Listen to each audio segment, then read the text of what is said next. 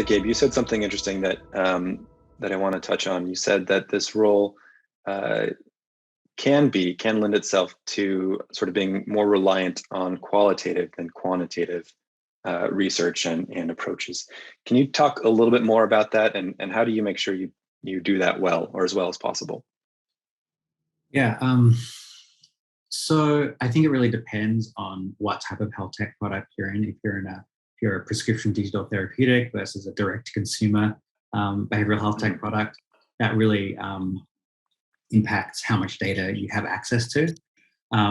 So on the more regulated side, FDA medical device, like we are and like Pear was, you're probably running relatively small scale clinical trials. And once you get that quantitative data back, it can be quite difficult to iterate on it, particularly once you already have gotten your 510K or de novo.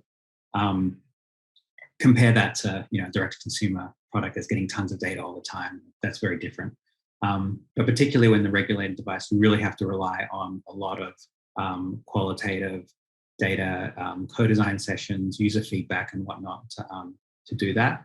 The second thing I think, though, the other kind of, I guess, difference in quantitative data, circling back to that I'd like to touch on is in sort of engagement metrics. That's another hot topic, and we can come back to that later if that was another topic you want to, but I think it kind of comes in here.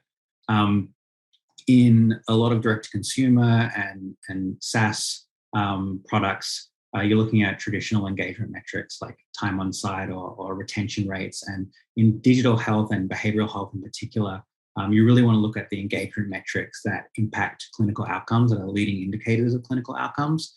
And they they're usually not just going to time in app or just retention, for example, because people might leave the app because they get better. So how do you find those leading indicators? But again, it can be really difficult to do that quantitatively if you have limited data. And also in social sciences, as many people might know, it's very difficult to with certainty kind of tease those out. So you often have to be very theoretically driven, and I think that's where a lot of the qualitative feedback can be really helpful in deriving some of those relationships as well, in the hypotheses.